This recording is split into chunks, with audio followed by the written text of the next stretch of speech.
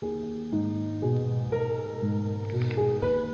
hosts feel it would be a little unkind to present this podcast without just a word of friendly warning. We are about to unfold the story of Frankenstein, a man of science who sought to create a man after his own image without reckoning upon God. It is one of the strangest tales ever told. It deals with the two great mysteries of creation, life and death. I think it will thrill you. It may shock you. It might even horrify you. So if any of you feel that you do not care to subject your nerves to such a strain, now's your chance to. Well, we've warned you.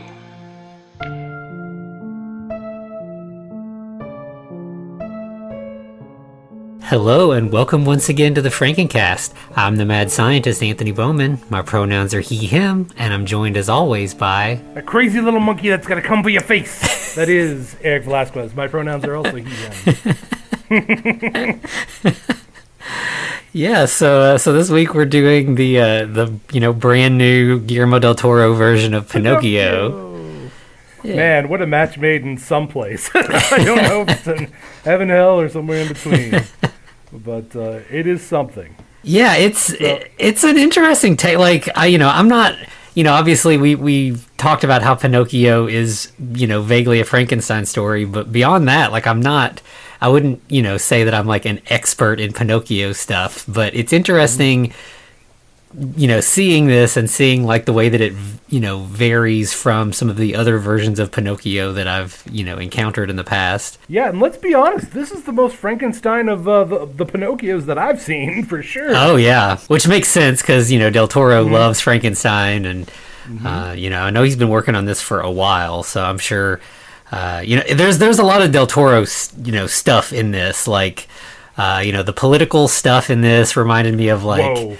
He's definitely, he did like the Spanish Civil War and like the Devil's Backbone and stuff, but like, yeah, he likes to kind of add that kind of extra layer into his stories, and yeah, it works really well here.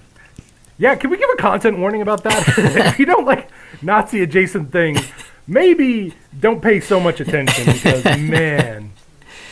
Yeah. And they're not the good guys, even though at one point we have a main character giving the salute, which that was kind of a oof. Yeah, we're set in Italy, of course, Pinocchio, so it's more like fascist, like Mussolini, that area, but like right. Yeah, there are definitely like Heil Hitler salutes. Like we start in World War I, but we end up in World War II. So yeah, all of that stuff. Yeah. All right, let's talk about the cast list. All right, first off, we have Gregory Mann as both Carlo and Pinocchio. Makes perfect sense, right? Mm-hmm. Okay. We got Obi-Wan himself as Sebastian J. Cricket, the legally distinct version of a certain other cricket owned by Disney. David Bradley, not exactly a Doctor Who, but kind of a Doctor Who. Also played, what was the name of the guy in the Harry Potter movies? Oh, Filch. Filch, yeah, Filch from there. Then Christoph Waltz as Count Volpe. Yeah, I was like, there's no way. By the way, this is star-studded, okay? Yeah. If you couldn't already tell. Tilda Swinton as the Wood Sprite and Death, which is apparently the Wood Sprite's sister. That's a whole... There's symbolism there, man. For real. And because this is a Guillermo del Toro movie, there has to be a Ron Perlman. So Ron Perlman is playing the super... I called him the faster, the fascist father. Yeah. Yeah. Finn Wolfhard is Candlewick, the son of Podesta. Okay. Do you know who's playing Spazzatura or Spazzatura? I saw that and I was like, surely this is gonna, but like, no, like it's just monkey sounds. Right, Galadriel herself. Kate Blanchett. Yeah, I don't know who Bern Gorman is off the top of my head, but he's the priest. Then John Turturro in a very bit part as the doctor. I don't think we need to talk about Tim Blake Nelson necessarily just yet. What do you think? Yeah, we'll get to him when we get to him. Yeah, that's another like minor bit thing, but well, kind of minor, but it's reoccurring for sure. Yeah. And then SpongeBob SquarePants is Benito Mussolini. Tom Kenny. Yeah. How amazing. And apparently the sea captain as well, so. Yeah. Oh, man. Yeah, it's stacked for sure. Yeah. And also, I have a feeling that Guillermo was like, this would be amazing if we hired this person for X. And he did.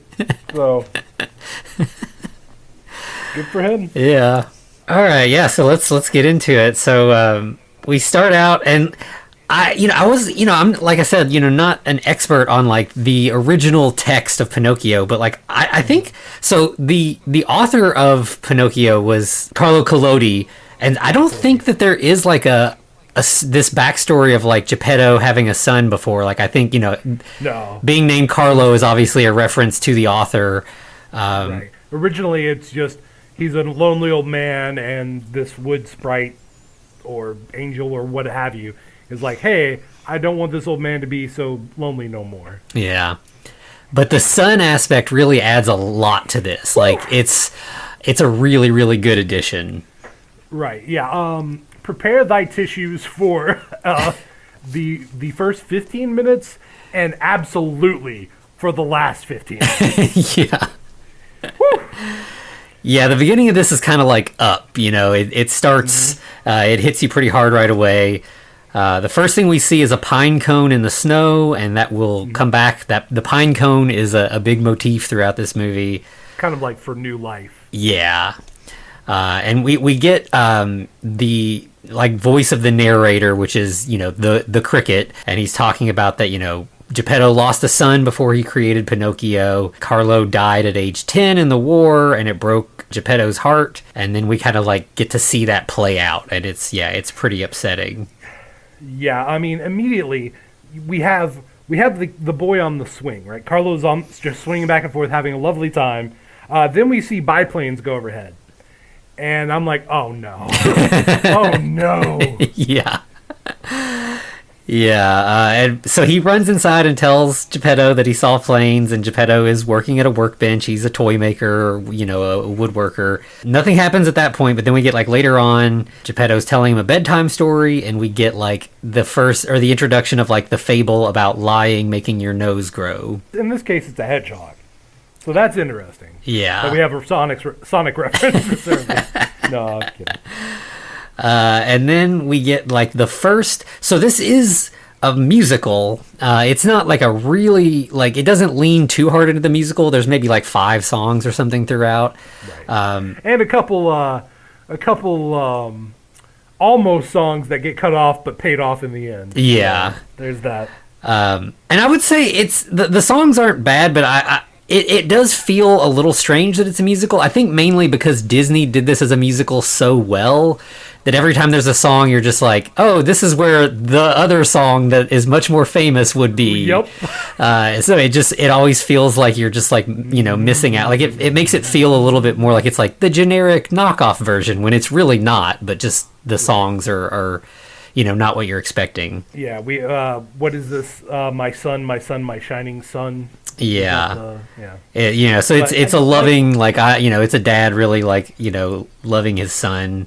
And we get like a montage of them like playing together as he's, singing the song. Yeah, playing in the woods and all that. Yeah. And like clearly, the mom, we don't know where she is, but like it's just Geppetto and Carlo. So they're very close. And then we get this bit where like Geppetto has created like a large wooden crucifix for like the town church. And they install it. And then he takes Carlo into the woods and he's like, anytime that I cut down a big tree to do my work, I make sure to plant one to replace it. So we get another pine cone. They bury a pine cone. We got to have sustainability, right? Yeah, which is a nice little mention there, that he's thinking about that. Yeah, when one life is lost, another must grow. Yeah. Which, it's like, this kid's 2 weeks away from retirement, huh? Right. He's gonna get on that boat and go take a cruise to see his family, right? Yeah. Then we get more montage. Carlo gets some wooden shoes that Geppetto carves for him. Yeah, so it's just like, you know, like you said, it's setting us up where like everything is leading to something bad happening. So they go back to the church where now Geppetto is painting the crucifix that he's installed. Yeah, it's a late night. They're about done. Geppetto's like, all right, that's it. We'll finish this one in the morning. Yeah, and they're kind of like, they're talking about what pine cones stand for and everything. And like Carlo is carrying one. And they go to leave. And then Carlo realizes he left his pine cone. So he goes back into the church. Get some hot chocolate. We got to get some hot chocolate there, Anthony. Yeah, yep. So, of course, yeah, he goes back into the church. And the church gets bombed. Well, planes fly overhead. But I do have a question for you, Anthony. Do you know what kind of planes can be flown by both guys and girls? No. Biplanes. Oh. Hey, all right. I'm sorry, I wrote that down immediately. Anyway, yes, the church gets bombed. Obviously, Carlo doesn't make it. The crucifix does. So, bomb imagery, which is, I'm surprised that Guillermo del Toro left that in, giving his religious proclivities, lack thereof. Yeah, that crucifix will become like sort of, it's definitely like, it's made of wood and it symbolizes resurrection, and there's definitely like some good reason for it to be in there. But of course, like we said, with Carlo getting hit with the bomb, he doesn't make it, but the pine cone does. Yeah, the pine cone rolls out and Geppetto like picks it up, and we get like him crying there in the street as he knows that his son is gone. And then we just cut to like Carlo's grave, where Geppetto is planting that very pine cone next to his son's grave. He even makes a wooden tombstone. And then we kind of get like a little bit more of like a montagey bit with like, the narrator talking again, and he's like, years passed and Geppetto stayed by Carlo's side, and the world moved on, but Geppetto did not. Geppetto did not. Makes sense. So we see like the tree growing up, and the cricket actually makes his appearance here. He's a fancy riding cricket with a nice mustache. Yeah. A carapace mustache. Right. And he's like, so this is where I come in, and so this tree's grown beside the grave, and the cricket decides to make a home in a little hollow in the tree. This is where he's going to write his memoirs. Yeah, apparently he lived in a barrister's fireplace in Sardinia, sailed the Adriatic, and nested in Paris with a sculptor. Okay.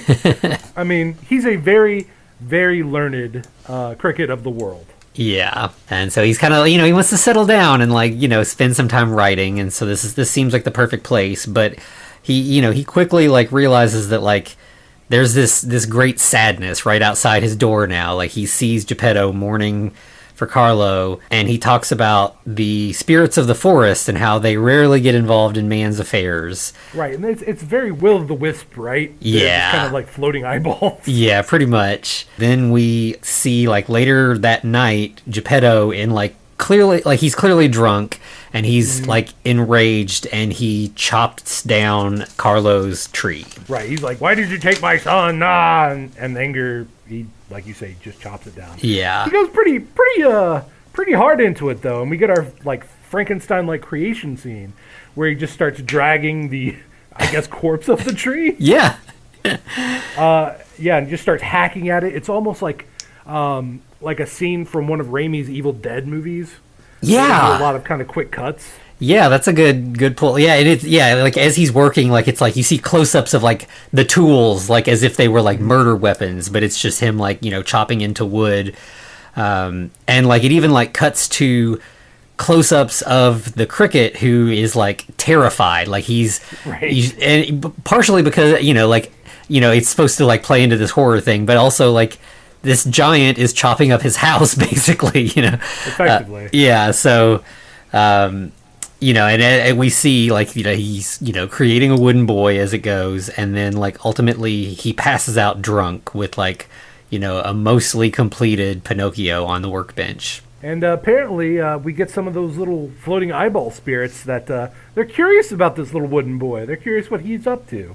Yeah, what's the cricket's kind of like shooing them away, like that's my house, get away. That's he thinks they're trying to like go into the hollow that's still there. But then like the spirits sort of form together and create one being, which is like a sort of biblically accurate angel. Accurate angel, yeah. It's got like 4 wings with like eyeballs all on them and stuff. Everywhere. Right. It was like, this is almost like a mashup of an angel and a typhon from Greek mythology. Yeah. So it's like, okay, I kind of get what we're doing here. I don't know if that's true. Maybe one day Guillermo will tell us. But it's like, okay, you're mashing up a little bit of the Bible, a little bit of Greek mythology. I dig it. Also, that will come back later with the wood sprites. Well, we said death. Yeah. So death is basically kind of a chimera and demon mix. Yeah. Yep. So, yeah. So this is our blue fairy from the story. Says that, she's a guardian that protects little things. She's going to bring Pinocchio to life and enlists the cricket's help to keep an eye on the wooden boy. Yeah, watch over and guide him. Mm-hmm. And tell you what, if you do this and you do a good job, I'm going to give you one wish. Like this cricket to start with, he's very like self-interested, obviously like concerned about his home and everything. And he's like, okay, I've got plans for that wish. Okay, I'll help you out because of the wish. Like he's not like altruistically gonna like take care of Pinocchio to start with. He's like, all right, that one, I'm gonna be a famous cricket writer. All right. Yeah. So she kind of like has like a little sort of poem that kind of comes up a couple of times. That's sort of like the reviving spell almost. Yeah, with the rising of the sun, he'll wander the earth and bring joy and company to this heartbroken man and make his days bright so he'll never be alone. Yeah.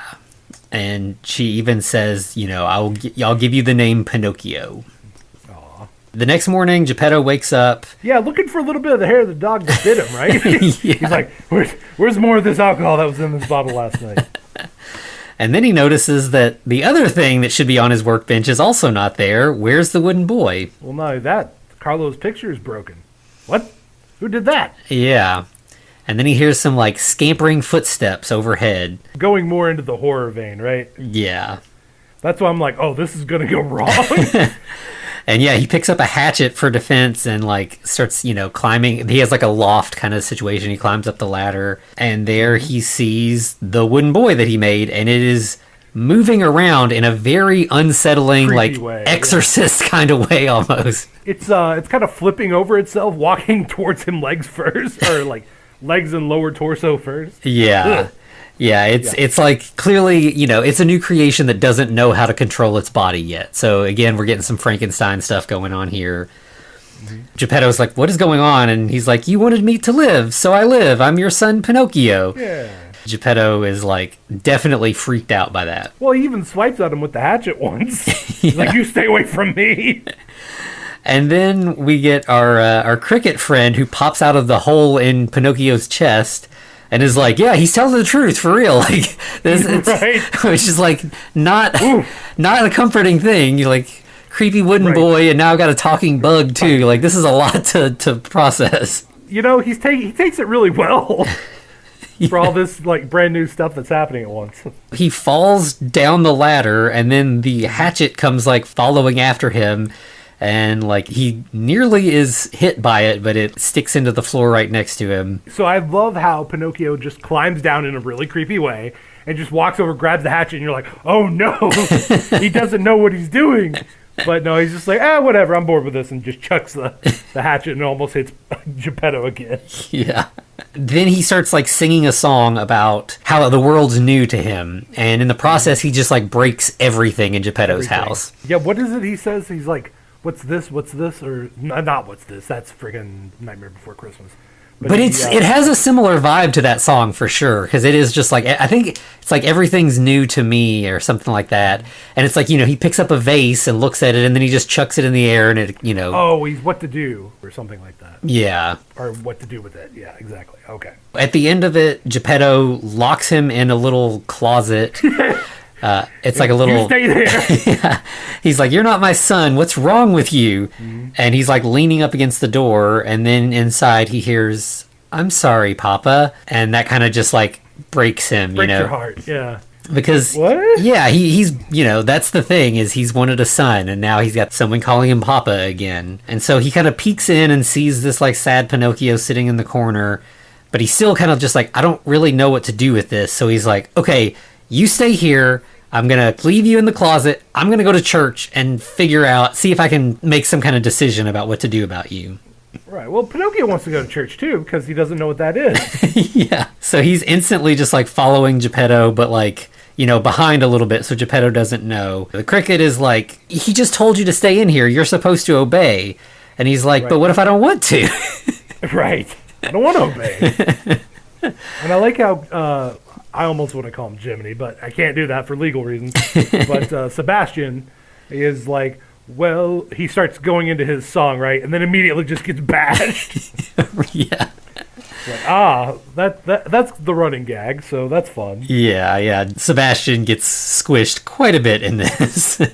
Right, which that's a lot different from the book, from what I remember. Because it was basically, I think, near the end, Pinocchio's just like, screw you, cricket, and boom, that one squish kills him. So I think Pinocchio just kills the cricket in the actual book. Okay. Because that's a morality tale, right? Yeah. That version of Pinocchio. Mm-hmm. But, so, in this case, we have Pinocchio wandering into town, like, what's up? And there's also a bunch of buildings that, like, they had basically ads for olive oil and stuff like that on the side of the building earlier, when Carlo was walking through it. But now, since it's like the early 40s / I guess it's the early 40s, late 30s, we now have one that looks like a very fascist symbol with just the words credere, obbedire, commettere, which is, I hope I said that right, not Italian speaking, which means believe, obey, and fight. So... we know where we're going with this. Oh, yeah. So giant red flags immediately going off.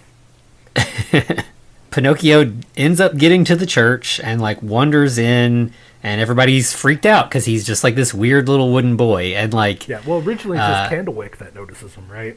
It's like, he opens his eyes during the prayer, and he's like, wait a second, there's a wooden boy there. Yeah, it's like you said, it's a prayer, and then when everybody opens their eyes, they see him. They're like, "What is that?" And he's like, "I'm his son." And Geppetto's like, "No, he's just a puppet." And Pinocchio's like, "No, I'm a real boy. Mm-hmm. I'm made of flesh and bone." Right, and meaty bits. Yeah, and his nose grows. Mm-hmm. So yeah, the priest is like, "Get that thing out of here," and Geppetto, takes him away. When they get home, Geppetto explains the whole nose growing thing. That, it's supposed to be that, like, when you tell a lie... it's immediately. Yeah, everybody else can see it, but you can't. So that's why your nose grows. So, like, it's obvious, it's plain on your face to everyone else that you're lying. Yeah, well, unfortunately, it turns out that Podesta noticed. So he immediately takes we immediately get a knock on the door, pretty much as he's telling Pinocchio this. And Podesta, Candlewick, and the priest all show up. And immediately... Nazi salute goes off, and I'm like, ooh. Yep. So, we're definitely in fascist Italy here. And, like, Podesta is just, like, he's just this guy that's in town, but he seems to have, like... some kind of pull. Yeah, like, I don't think he's a politician, but I think maybe he might have been, like, an early adopter to the fascist way, and so now he kind of has a little bit more say of what's going on in town. I believe certain individuals would probably call him a fairly middle-of-the-road member of the party. Yeah. They're there to discuss what needs to be done about Pinocchio. Right. Well, Podesta definitely has his idea. He must be sent to school because he's undisciplined. But Geppetto's making the kids hot chocolate. And they send Candlewick to go play with Pinocchio while they're discussing. Yeah. Candlewick's not too impressed. He's like, I don't want to be with some weirdo made out of wood. But Pinocchio's definitely interested in Candlewick because this is a real boy. He's never seen one of these before. So he's like, everything Candlewick does, Pinocchio's trying to do it, mimicking him. And Candlewick is noticing and is annoyed by this. Like, he's just like, quit it.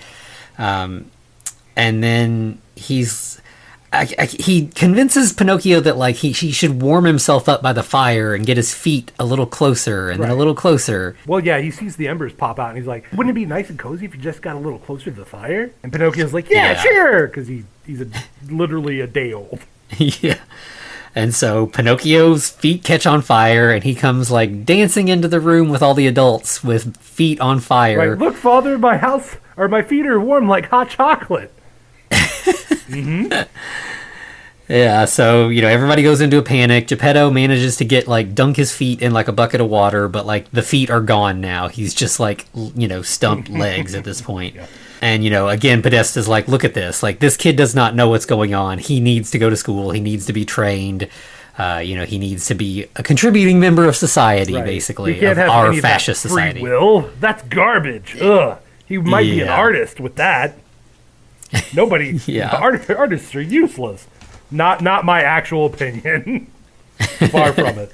Yeah, so the adults head out that night. Geppetto is like tucking Pinocchio into bed, and he's like, I promise I'll make you some new legs in the morning. Mm-hmm. He goes to bed, and then Pinocchio and the cricket have a conversation, and Pinocchio wants to know, what's the story with Carlo? Like, I've heard mention of him, but I haven't gotten like the full rundown of who he was and where he is now and everything. Yeah, and we get the cricket explaining, well, that the fact that Carlo's no longer alive is kind of a burden on his dad, and of course we then get the explanation of what a burden is, which that's going to come back in a big way later on.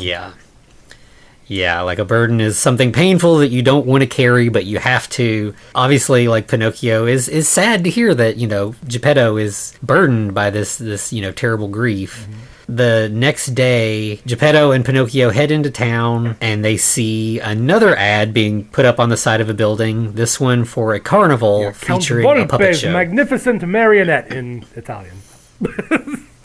Yeah.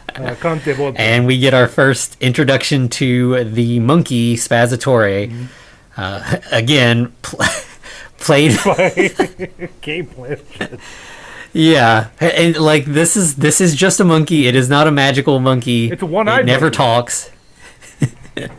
One of the so it's just Kate Blanchett making some monkey noises. Mm-hmm. At this point, the monkey is putting up the banner. So it's not just a monkey; it is a smart monkey. Yep, sure is. And it notices Pinocchio. Yeah, it notices Pinocchio, and Pinocchio kind of notices the sign, like, there's something that kind of looks like me on that banner. More importantly, the monkey heads back to Count Volpe, the manager of the carnival. Basically, hey, I saw a living puppet boy. Mm-hmm.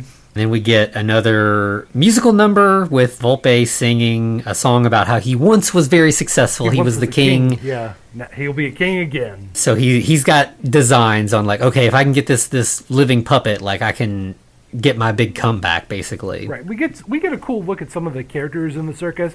Literally will not see them or have any real conversations with them at all. These were kind of wasted designs, but they're really good designs, but they don't get utilized at all. Yeah, considering, with this being stop motion, like, the amount of work that would go into making them and then to not really use them much is surprising. Mm-hmm. Yeah, we get a quote-unquote two-headed boy. It's really just a one-headed boy with a fake head on his shoulder.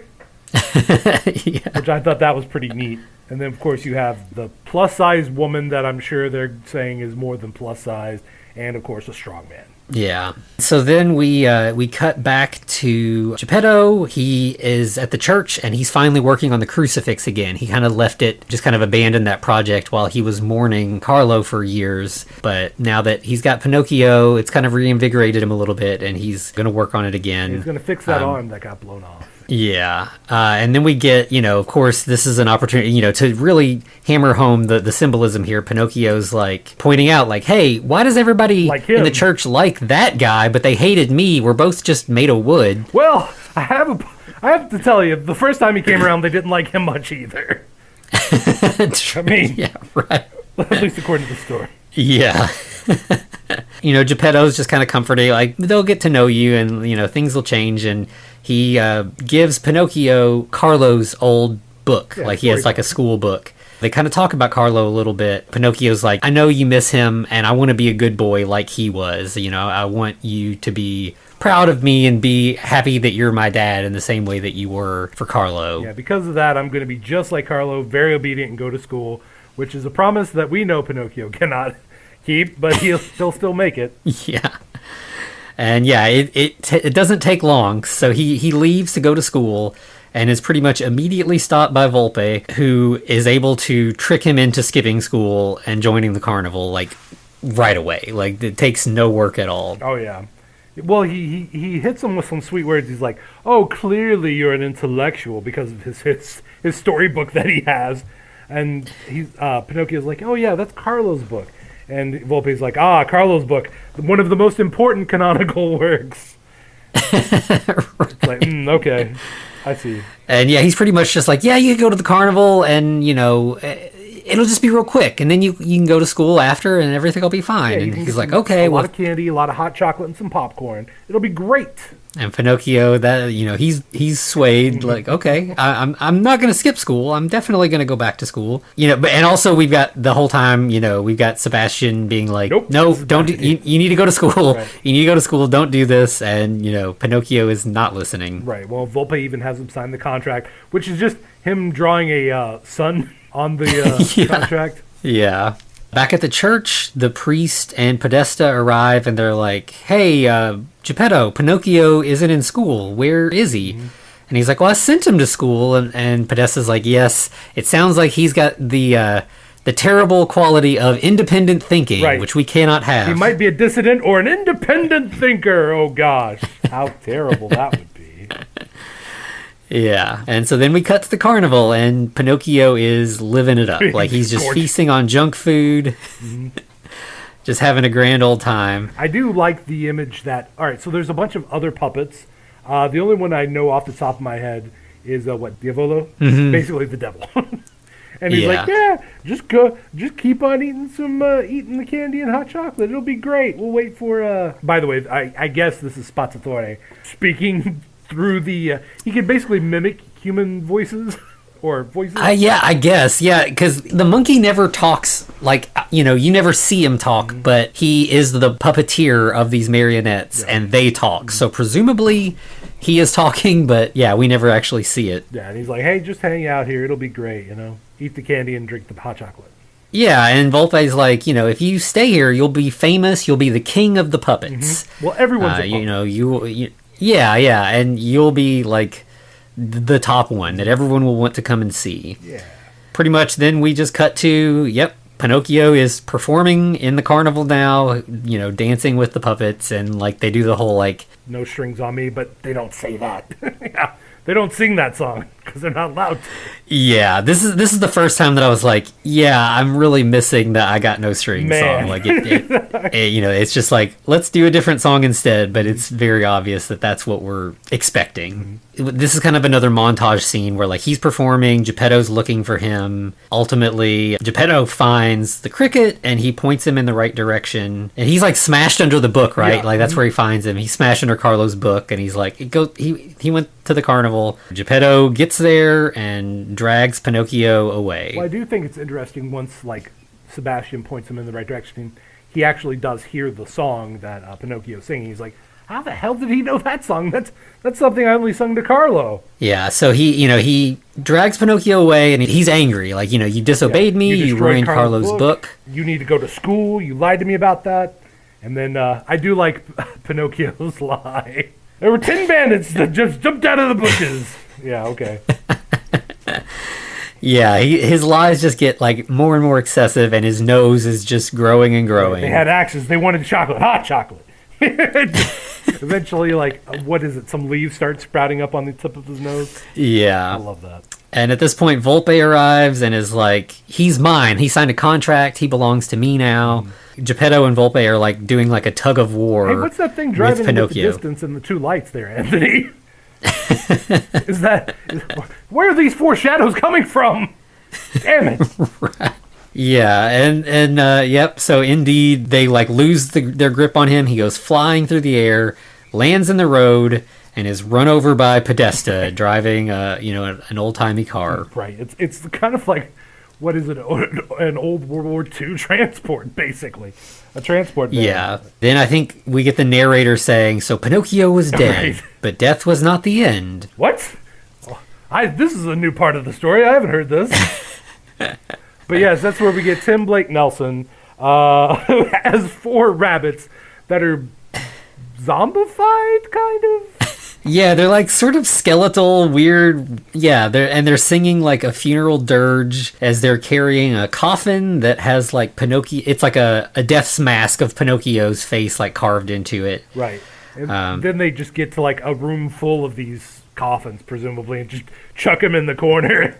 And they're like, oh, it's time to clock out. Yeah, and like the whole time they're carrying him, they're hearing knocking and him talking and saying, let me out, and they're just ignoring it because he can't be in there knocking because he's dead. That's not how things go. Yeah.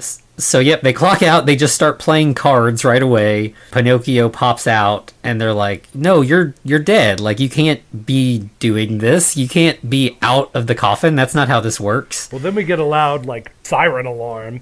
It's like, uh-oh, you ruined the processing. The boss wants to see you.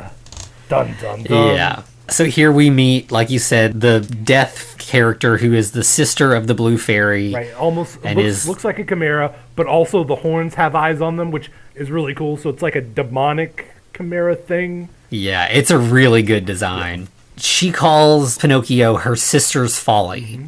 You'll never be a true boy like Carlo. Yeah, and you shouldn't have been given life, but because you shouldn't have been and you were, you can't really die. So you're going to, as time goes on, you will die many times, but you'll never really be mortal. You'll never really be a real boy. Right. And every time you do die, you're going to stay here just a little bit longer until the end of time. And then Pinocchio's like, wait, what's going to happen then? Oh, I'm just going to send you back, but you're just going to come right back. So it's like, oh, okay. Damn. Yeah. That's pretty bleak. Yeah, so she's got like this big hourglass, and so it's like each time it's going to have more sand in it, and when the sand runs out, you'll be reborn again. Mm-hmm. This time he's like, okay, well, I've got a question for you, and then he fades away, and she's like, see you next time. Right. And then, of course, there's the crowd that we go to the crowd, they're all mourning Pinocchio. Oh no, he died, it's very sad. Volpe is like, well, I mean, he's still technically a puppet, so I could still use him as a puppet. But then, like, as soon as they, like, declare him dead, like, he pops up and is awake. I love all the reactions, right? Volpe's like, oh boy, my quarterly earnings. And then Podesta's like, he did not die. He maybe cannot die. That would be great for the party. Yeah. And then, of course, he's going to have to join the military youth camp. Yeah. Glad they didn't add the other parts there, but, I guess Italy didn't have that. Right. But Geppetto's like, he's my son and I'm taking him home. Right. The one decent reaction. By the way, I'm glad that the priest basically fades out of the story at this point. Because, he could have only done worse. He could have only made it worse. And so as they're headed home, Geppetto's like, now that everybody knows about you, you're going to have to go to war, and war is bad. Mm-hmm. The law's going to force you to, and I can't stop it. Why can't you be more like Carlo? No. You are such a burden. Ooh. And we know that word really hurts, because Pinocchio knows what that is. Yep. So, of course, Geppetto doesn't know the backstory. He doesn't know what Pinocchio knows about that word. So, later that night, Geppetto's asleep, and Pinocchio starts talking to Sebastian again about the fact that he's a burden, and the cricket's like, that's not really what he meant. Fathers feel bad. They say bad things that they don't really mean, and later on, they'll realize they didn't really mean it at the time they said it. Still not something you should do, but I understand. You get angry, you get cranky, you say stupid stuff. But it doesn't really work. I think Pinocchio still feels like he's a burden, so he has an idea. He's going to go back to the carnival so that, one, Geppetto doesn't have to deal with him, and two, he'll make some money that he can send back, so he's doubly going to be not a burden. Yeah, so, and number three, he won't have to go to war. He's just making money for his pops, everything's good, right? Yeah. Well, what does he have to do? He has to, write a letter to his dad explaining everything, right? Right. So his idea of writing a letter is literally just putting his son's face on a piece of paper. And Sebastian's like, whoa, this won't work. And then Pinocchio's like, I understand. And he puts a jar over Sebastian and puts a mallet over that to keep him there. And it's like, yeah, you'll just tell him everything. That'll be great. Bye. Yeah. So he arrives at the carnival, and Volpe's basically like, okay, I know that people are going to be after you again, so we got to get out of town. Yeah. So the carnival pulls up stakes and, hits the road under cover of night. Well, I do like how Pinocchio tries to negotiate. He's like, all right, first off, you said my dad owes you 10 million lira. I want you to forgive all of his debts. So Pinocchio said loan forgiveness. And right. I also want you to send my papa half the money I make, or the money I make. Just send it to papa. Yeah. And of course, Volpe's like, yeah, sure, yeah. Of course, yeah, of course we'll do that. Mm-hmm. Then we cut back to the house where the cricket is like desperately trying to escape the jar. He's like running into the wall over and over again and just moving it forward.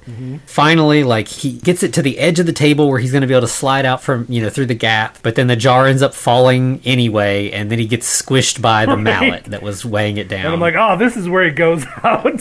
Nope.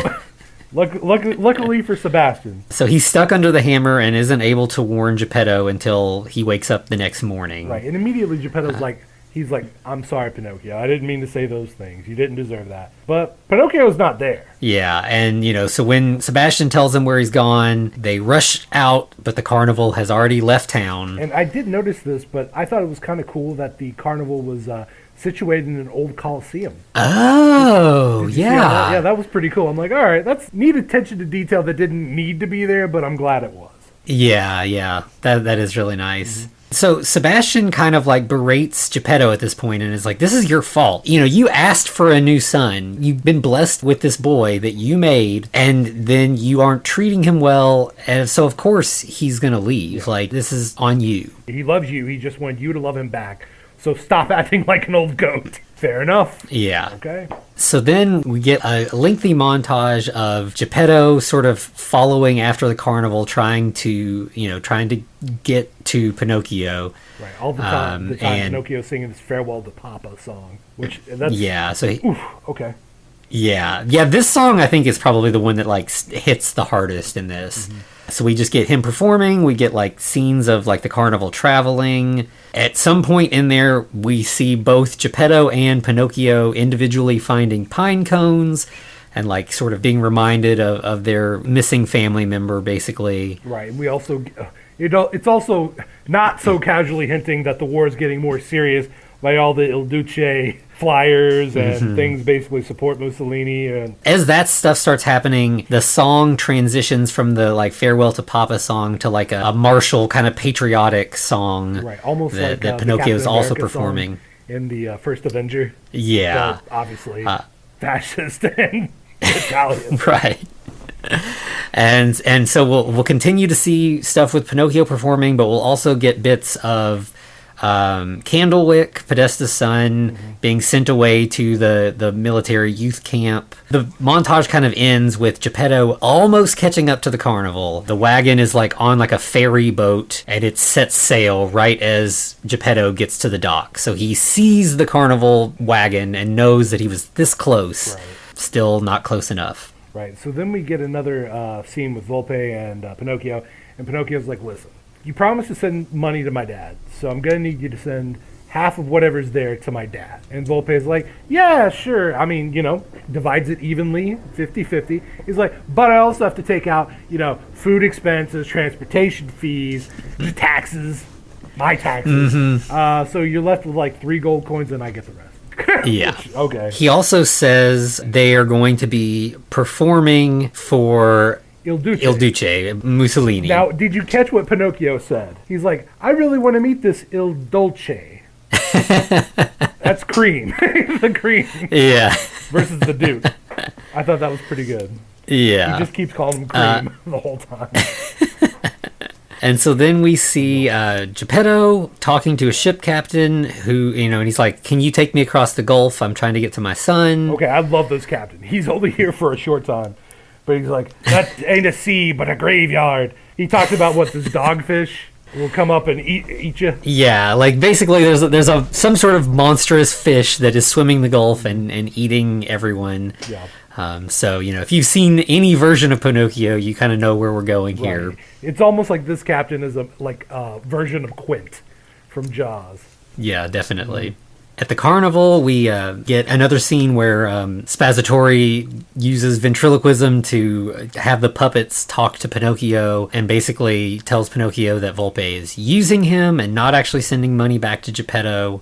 Yeah. He's seen how Volpe is treating Pinocchio, and he's like, I am jealous. I do not like you. And you should go and take whatever back to your dad. Yeah, it's definitely like he's not looking out for Pinocchio. He's trying to get rid of Pinocchio by telling him this information. Well, and at first Pinocchio doesn't believe him. Yeah. But bad news for Spazzatori. Volpe hears this and he's like, that motherfucker. A little shit. Yeah. We get like Volpe attacking Spazzatore. Brutally. Yeah. But Pinocchio sees it and he defends Spazzatore and is like, don't hurt him. Like, he doesn't, Oh, we skipped? So a seagull lands on a mine, detonates it, blows up. That's hilarious to me, and I don't know why. That's pretty cruel, but that's hilarious. But yes, we also get that giant fish rising out of the water. The El Capitan sees it, and he's like, nope, and just dips over the side, just rolls over. And, of course, it eats the boat and Geppetto and Sebastian. Yeah. But then, like you said, we go back to Volpe just beating the ever-loving shit out of Spazzatore. Pinocchio tries to stop him, and Volpe's like, I'm the puppeteer, you obey me, you don't tell me what to do. Right. And he even cuts off the end of Pinocchio's nose to prove that point. And then we cut back to the whale where Geppetto is fishing. Like he catches a fish. Using Sebastian. Yeah. So they're trapped inside, but they're, finding ways to survive for now. Mm-hmm. This section, obviously we're cutting back and forth a lot between the carnival getting ready to meet Mussolini and, Geppetto and company trapped in the fish. Yeah. So then we see Mussolini. He arrives at the carnival. There's ridiculous stretch limo. The stretchiest of stretch limos. And it's basically like he walks like a red carpet to enter the carnival. Like there's just crowds of people cheering. But if you want to know how Guillermo del Toro feels about Mussolini, he is the tiniest of men. Mm-hmm. barely taller than a child. In many cases, not exactly that tall. So Pinocchio has an idea for a surprise that they can do at the show. We're going to really stick it to Volpe, right? Yeah, so he whispers something to Spazzatore, and then we get to like the performance, and it's that same patriotic song we heard earlier, except wait, those lyrics are a little different. Yeah, instead of they're calling what is it, Dolce poops? He's just poop, like baby poop. He's like a little baby man that poops. Yeah, like all the lyrics of the song are all about poop and farts, like just nonstop scatological humor. Yeah. Obviously, Mussolini is not happy about that. Well, yeah, but Candlewick and Podesta are there. Candlewick chuckles, and Podesta gives him what I call the Gibb smack and just slaps him on the back of the head. Like, stop that. Yeah. We're in a fascist community, damn it. And so when the song's over, Mussolini says to his guard sitting next to him, shoot him. Right, I don't like these puppets. Shoot them. Burn it all down. So, again, Pinocchio just wakes up in in the weird underworld again. Yeah, which I'm like at this point, did they kill Volpe and Spazzatore as well? Well, who knows? We'll find out later, I guess. Pinocchio's like, man, I'm really liking this whole immortality thing. It's pretty great. Yeah, I can't die. You see me, I didn't die. Well, you kind of did. And Death's like, no, it's a terrible burden. And again, Pinocchio's like, a burden? Yeah, because what do you mean a burden? Eternal life means eternal suffering. Yeah, and he's like, so you're going to live forever, but all your loved ones will not. Mm-hmm. It's the vampire story thing, like you're going to just see everyone you care about die. Yeah, grow old and die. Rough, man. And, yeah. So that's harsh. Mm-hmm. So Pinocchio wakes up and he's just in sort of a troop wagon with a bunch of other kids headed to the again. And Podesta's like, I knew you couldn't die. So Podesta's like, you're gonna be the perfect soldier. You're immortal. We can just you're cannon fodder that can just keep coming back. Mm-hmm. That's the best. Have you seen Puppet Master 3? Just out of curiosity. Okay. Think that. Yeah. We cut to the camp, and Podesta's like, so we've heard rumors that enemy planes might attack tomorrow, but we're going to still train because you're not afraid, are you? Yeah. You'll follow my orders. You'll learn to obey. You will be the perfect hero. Dun, dun, dun. Yeah, and of course all the kids are like, they're having to put on a brave face because they know this is what they have to do. So they're like, yeah, we're not scared. That's great. Mm-hmm. They're all tucked into bed at this point. And so they're like, you're not afraid. And Pinocchio raises his hand and then sees that no one else Podesta's has. Like, you're not, are you afraid to die? And Pinocchio's like, yes! Which is odd coming from him. Which is funny since he's the only one who shouldn't be afraid to die. Mm-hmm. Yeah, he sees that no one else has raised their hand, so he lowers it down because he's trying to fit in and be like the rest of the kids, like he was earlier with Candlewick. Mm-hmm. But then that night after everybody goes to sleep, Candlewick's like, I have to be brave to impress my father, but I'm scared. Right. And they have a really touching moment, which, it really humanizes Candlewick. Because other than that, you're like, oh, he's just a shitty little kid that just wants to be like Papa, right? But he's like, no, I want to be my own person. Are you afraid of dying? Because I'm really afraid of dying. He's concerned that like his father's not going to love him if he doesn't do this stuff. Right. And Pinocchio kind of rehashes Sebastian's thing about like, sometimes fathers say things that they don't really mean, but they really love you. And, also, if you die, it's fine. Like I've died several times. It's not a big deal. Yeah, it's not that bad. Which kind of makes me wonder what would happen with a more mortal person. I guess we do find out in the end, I guess. But, did I spoil anything? I don't know. We'll find out. But yeah, Candlewick's like, well, of course, your dad wouldn't want you to go to war. He's a coward. And my dad says that, anyone who's afraid to die for their country, there's a coward. And they're not worth it. Yeah. Yeah, so it's like Candlewick is like, he's more indoctrinated than like you want him to. Like he's not fully bought in, but he's pretty close to fully bought in just because, he's been more or less brainwashed by his dad. Yeah. Because his dad has not only bought in, he's also selling plots. But Candlewick and Pinocchio, after Pinocchio explains the afterlife to him, they have a little bit of a cute little adorable kitty pillow fight where they just throw a pillow back and forth a couple times. They laugh. Yeah. It's like, oh, they're friends now. Because that was kind of questionable earlier. It was like, will Candlewick be like a villain? No, the answer is no. Yeah, and so then we'll actually see, so like it's the next day, and to train, they're going to do war games. And it's basically, they're playing paintball, and it's kind of like a reverse capture the flag, where they have the flags, and they're trying to raise one up the flagpole in like the center of the camp. Yeah, you know what's really good for kids, Anthony? It's to definitely foster a sense of us versus them. And right. So the father, Podesta's immediately like, all right, I'm splitting you into two teams. One of you are going to win, one of you are going to lose. And he specifically splits up Pinocchio and Podesta. Yeah. Well, Candlewick, yeah. He's like, I know you guys are getting a little bit too close for my liking. Yeah, and so then we get, basically a whole war game scene of them shooting paintballs and everything. Confetti grenade, which, that sounds fun. I'm just saying. Yeah. And the end result is Pinocchio and Candlewick arrive at like the central tower at the same time from like opposite directions. Yeah. They climb up like really fast, and they're like sort of like feeling that like competitive spirit. They get up at the top at the same time, and they start kind of like fighting and wrestling to try to get their flag up the pole fastest. Well, they end up with each other's flags though. Yeah, in the sort of like chaos, and then when they see that, they just kind of start laughing, and they're just like, "This is silly." Yeah. So they end up flying the two flags up the flagpole together at the same time. That is fucking amazing. Like I was like, "That's cool, man. Good for them." Yeah, good for them. Yeah, it's really cool. Yeah. Well, of course, there's somebody who doesn't think that's cool at all. That would be Podesta. Yeah. When everybody comes down, he's like, "All right, you need to shoot Pinocchio." Yeah. To show your loyalty. Here's your gun. You all both shouldn't have won. One of you gets to win, not both. So I'm choosing Candlewick to shoot Pinocchio for the win. While Candlewick's kind of like struggling in between like what he wants to do and what his dad wants him to do, air raid sirens go off, and Candlewick's like, "No, I'm not going to do it." Right. Well, Podesta's not dealing with that shit. So he pushes Candlewick into a trench, and he's like, "All right, Pinocchio, tell you what, it's your time to shine." I don't think he actually gives him a gun, but that's mainly because Candlewick is like, "Fuck you," and shoots him in the face with a paintball. And then as he falls back, the air raid sirens are going off, so a bomb falls, it kills Podesta. Could have happened to a nicer guy. Yeah, right.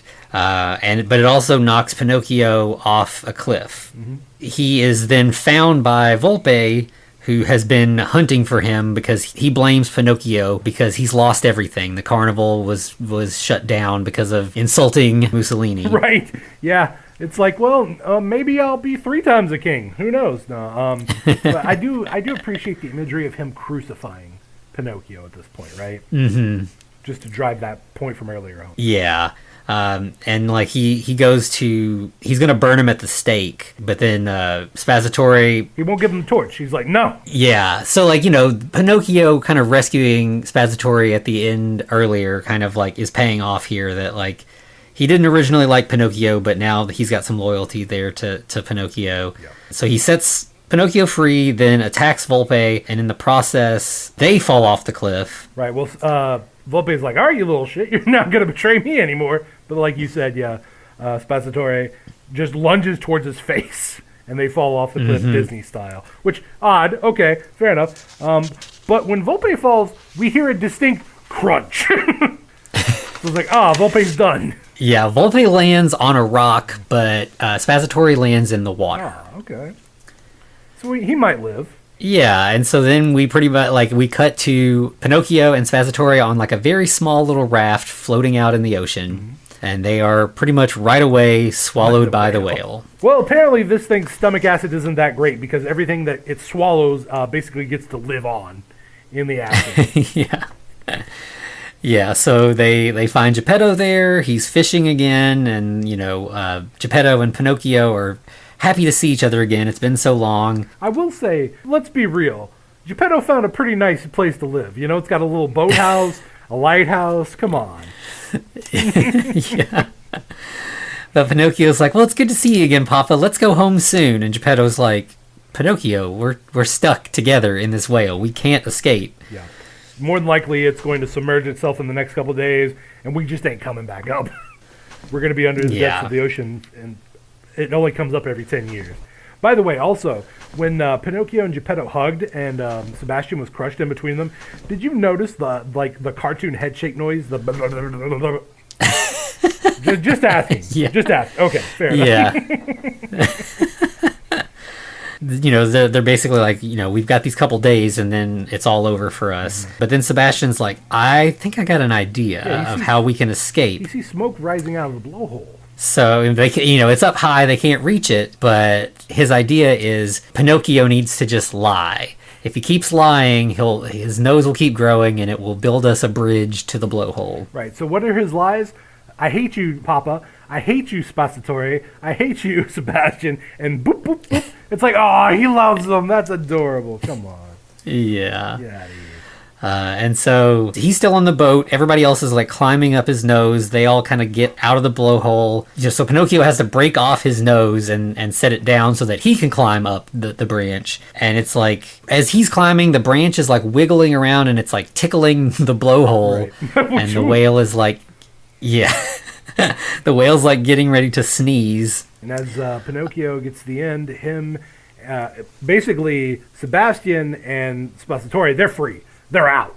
Mm-hmm. But Geppetto and Pinocchio, they grab onto each other and they start falling. So it's oh no, they're stuck. They're going to be lost here forever. Turns out that whatever kind of whale this thing is, it has a very strong current that it can generate on the inside of its body. Because once they almost smack the ground, and that would have been it for Geppetto, pretty much immediately they get suspended midair Mission Impossible style. And then the air current just sucks them back out and shoots everybody out. Yep. So then we have Geppetto and Spazzatorre landing on the raft. Pinocchio lands on one of the mines floating in the water. Just barely doesn't blow himself up. And then we get the whale is pissed that he lost all of his food. So he jumps up and swallows the mine and Pinocchio, and then is already chasing after Geppetto as well. Yeah, and we have a little bit of a struggle there, but Pinocchio's like, you know what? I'm gonna slap this thing because of the seagull I may have seen earlier.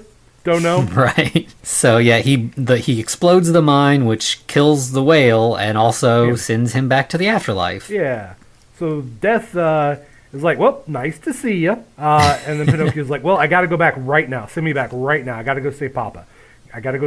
And Death's like, doesn't work that way, kid. You got to wait. You got to wait on the hourglass. I mean, unless you want to break the rules, which that's very devil-like, right? And if you want to break the rules, though, there are consequences. You'll be mortal if you go back right this second. And without thinking, Pinocchio windmill slams the fuck out of the hourglass. He's like, all right, done. Giving up. Yep. And so, he wakes up and is able to save an unconscious Geppetto from drowning, pulls him, up onto shore. Spazzatorre washes up on the shore as well. Forks out Sebastian. And then we get Geppetto waking up and sees that Pinocchio is unconscious now, and he kind of picks up Pinocchio and realizes he's actually dead this time. Right. So Honestly, my toxic masculinity would have been like, this is where you end the movie. End the movie here. This would be a great place to end the movie. But nope. We have to have a happy ending, kind of, as the wood sprite arrives. Basically, she's like, I shouldn't have done all of this. Like, I meant to bring you joy, and now you're here suffering again. I do like Geppetto's response, though. You did. You brought me terrible, terrible joy, which is like that's an interesting bittersweet take on it. You know, it's like you brought me joy, but the fact that I'm losing it makes it worse. It just. Yeah. Which feels like, I mean, that's sort of like mortality, right? Like having mortality is terrible, but like it's part of life, and like it makes you appreciate life all the more. So yeah, it is like a terrible joy. Mm-hmm. But Geppetto's like, bring Pinocchio back to life, and she's like, I can't. He became a real boy, and real boys don't come back. Yeah, he gave up his life, eternal life for you, basically. And immediately Sebastian's like, bullshit. That's not fair. That's not fair. That's not what this was about. You promised me one wish, that if I helped raise him to be a good boy, I would get a wish. And, of course, the wood sprite's like, did you? And he's like, basically, I did the best I could with what I had. Yeah, he says it a couple of times throughout the movie. We've not quoted it, but he always says, I tried my best, and that's the best that anyone can do. It's really good, though. I mean, it's true, Yeah. And so, I think the fairy realizes, like, okay, Pinocchio did give his life to save these people, so it did work, like the cricket did teach him some things. So, okay, if that's your wish, she recites that same incantation again. With the rising of the sun, you'll be a real boy. And Pinocchio wakes back up. When we get a really great bit from Geppetto where he's like, Pinocchio, I love you as you are. Like, you don't need to be Carlo. You just need to be Pinocchio. Okay, I immediately wrote down, this movie is fucking cheap. Because I'll admit, I started tearing at this point. I was like, okay, that's fine. That's fine. Yeah. I mean, this is, like, again, going back to Frankenstein stuff, we've had this whole thing where, like, you had a creator who was kind of frustrated with his creation and not happy with considering the creation a burden because it's not what he expected. That is the lightest way anyone could have put that. Yes, you are correct. I mean, yeah.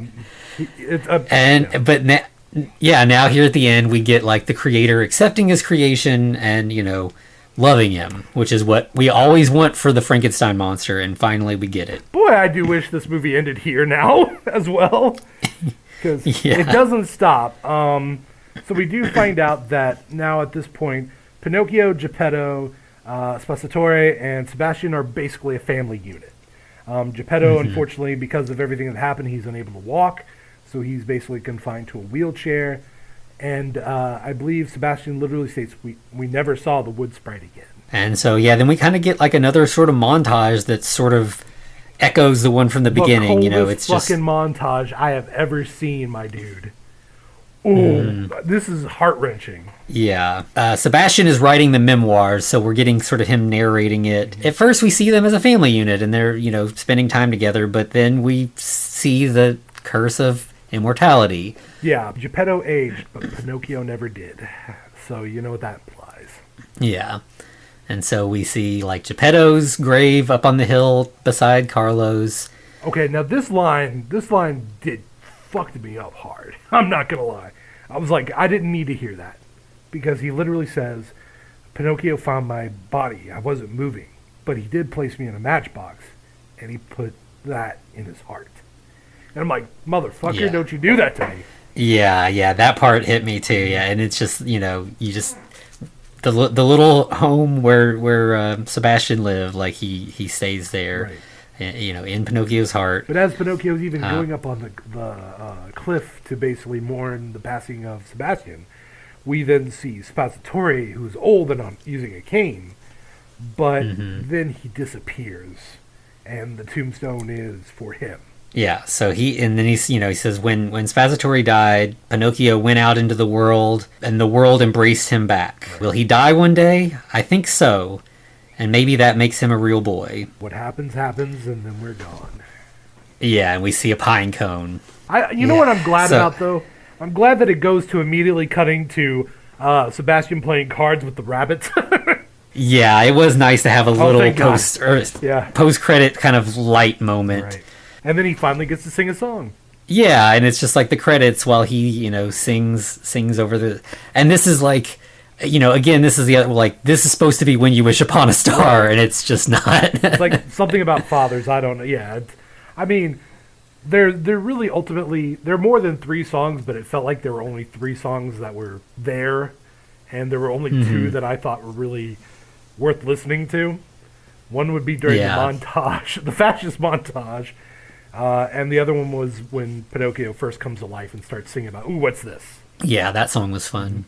But yeah, so, I think that this is like exactly what we talk about with the Frankenstein stuff over and over again, where it's like Del Toro took this story and he built onto it, it's got some of the carnival, the whale, it's got moments that we're used to. He got rid of the whole thing with like turning into a donkey, right? Which I don't know if I'm sure that's in the story at some point, but like that's like one of the more iconic moments from the Disney thing. Well, in the book, that leads to the final ultimate punishment of Pinocchio, where I think he actually does die at the end or something. He doesn't really get his redemption in that version, but he's infinitely more terrible. So yeah, morality and all that. But this is the morality of Guillermo del Toro, where it is fascists get punished and monsters get love. You know what? I could buy into that. I'm okay with that. Yeah. Yep. That is 100% co-sign that morality. So yeah. So Pinocchio, he gets his terrible joy in a way too. He like lives out his days with his family and then they're gone and he has to, we don't get what happens next, right. But he's out in the world's embracing him. He's probably going to die someday. But apparently that's okay. I mean, especially if we get a not so demonic meeting at the end, kind of. I don't know. Yeah. Yeah, it's like presumably Pinocchio will show up in that afterlife and he'll get to spend time with Sebastian again. And maybe Geppetto and maybe Spazzatori. But I do hope Volpe continues to burn. I'm just saying. Yeah. Volpe and Podesta, they can burn, yep. I wouldn't say this is my favorite Guillermo del Toro movie, but he doesn't miss, even if this was his worst, which I don't know if I'd say that either, but even if it was, it's still really fucking good. Yeah, honestly. Maybe it's a bit overlong in parts, but I don't know what you would necessarily trim, because it is all important. Yeah, it is like just right over 2 hours, like 2:01 or something like that. But yeah, like you said, I don't know what you would trim. I guess you could cut the songs, but even like the songs are usually over montages where it's like he squeezes a lot into those song moments. Right. So yeah, I don't know what you could conceivably cut. Like I guess the only thing would be like some of the stuff at the youth camp, but I really feel like that's pretty necessary. Yeah, exactly. Maybe just a bit off the montage, and that would be about it. Yeah. I mean, you need the captain, which is weird to say, but you do. You need, all the things with Volpe. You definitely need the part where Volpe is an asshole to Spazzatori. So. Yeah. Yeah, all right. So I'm definitely saying check it out. What about you, Anthony? Yeah, and this one's on Netflix. It's easy to track down. It's definitely worth your time. Yeah. And if you want to cry, I consider myself fairly tough, but it got some tears out of me. Yeah, if there's heartwarming stuff with any sort of monstrous creature, you're gonna get some tears from me, and yeah. Fair enough. All right, where can they find us, Anthony? So you can find us, on various social medias. It's still a mess. We're still on Twitter mainly. We're on Instagram as well at the Frankencast. We were on Hive. I think Hive has died already. We started a Tumblr, so you can find us in all the different places at the Frankencast. You can email us at thefrankencast@gmail.com. We're also on YouTube and patreon.com/thefrankencast. Yep. Just let us know how you feel, what you think, and if you find some Frankenstein-related stuff that we haven't talked about yet, let us know, and we'll be happy to investigate that. Yeah, absolutely. Yep. All right. Well, in that case, Anthony, I feel like at the start of the new year, we need to reflect on times, past and present, going forward. So, I think we need to go to the far-flung future. of 1970. Frankenstein, 1970 to be exact. Yeah. Yeah, so, we kind of group things, and kind of try to make little mini series to make things make sense or whatever. So with the new year, I thought, we'll talk about Frankenstein movies that specifically focus on years. Mm-hmm. So we'll start with Frankenstein 1970 and then go through the various other Frankenstein decade movies that just seem to have come out every few years. We'll get 70, 80, 90, and 2000 will be our next couple episodes. Yep, which I think the only one that came near its actual date that wasn't almost 10 years off was 2000. And even then it was pretty close to off date quite a bit. Yeah, they're all like set in the, they come out a few years before and set it in the future. Right. But yep, so we'll be in the far-flung future of 1970. Amazing. Next week. All right, folks. And as always, Merry Christmas, Happy New Year's, and Happy Holidays in general. And to be continued.